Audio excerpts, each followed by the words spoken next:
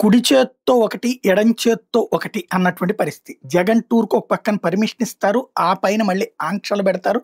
ఆ ఆంక్షల కారణంగా తర్వాతన కార్యకర్తల మీద కేసులు పెట్టడం అనేది జరుగుతూనే ఉంటది. ఓ పక్కన ఆంక్షల్ని అధిగమించి కార్యకర్తలు రావడం గూడా కామన్‌గా నడుస్తా ఉంది.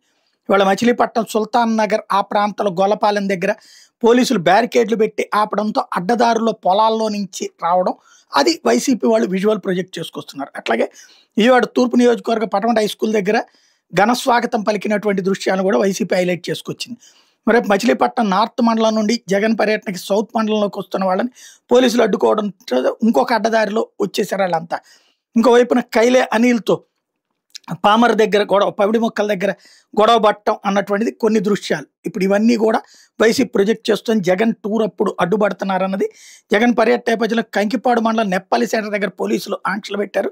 జగన్ చూసేందుకు వచ్చిన మహిళలకు బ్యారికేడ్లు అడ్డం పెట్టేటప్పటికి అక్కడ శాంతి భద్రతల పేరుతో వెళ్ళిపోవాలంటూ బ్యానర్లు ఏర్పాటు చేయడం పోలీసులు, దాంతో అదనపు బలగాల్ని పోలీసులు మోహరించడం అన్నటువంటిది అక్కడ గందరగోళానికి కారణమైంది. మరోవైపున కంకిపాడు మండలం నెప్పల్లి సెంటర్ దగ్గర వాహనాలు తనిఖీ చేసి వైసీపీ నాయకులు కార్లు మచిలీపట్నం వైపు వెళ్లకుండా అడ్డుకున్నారు.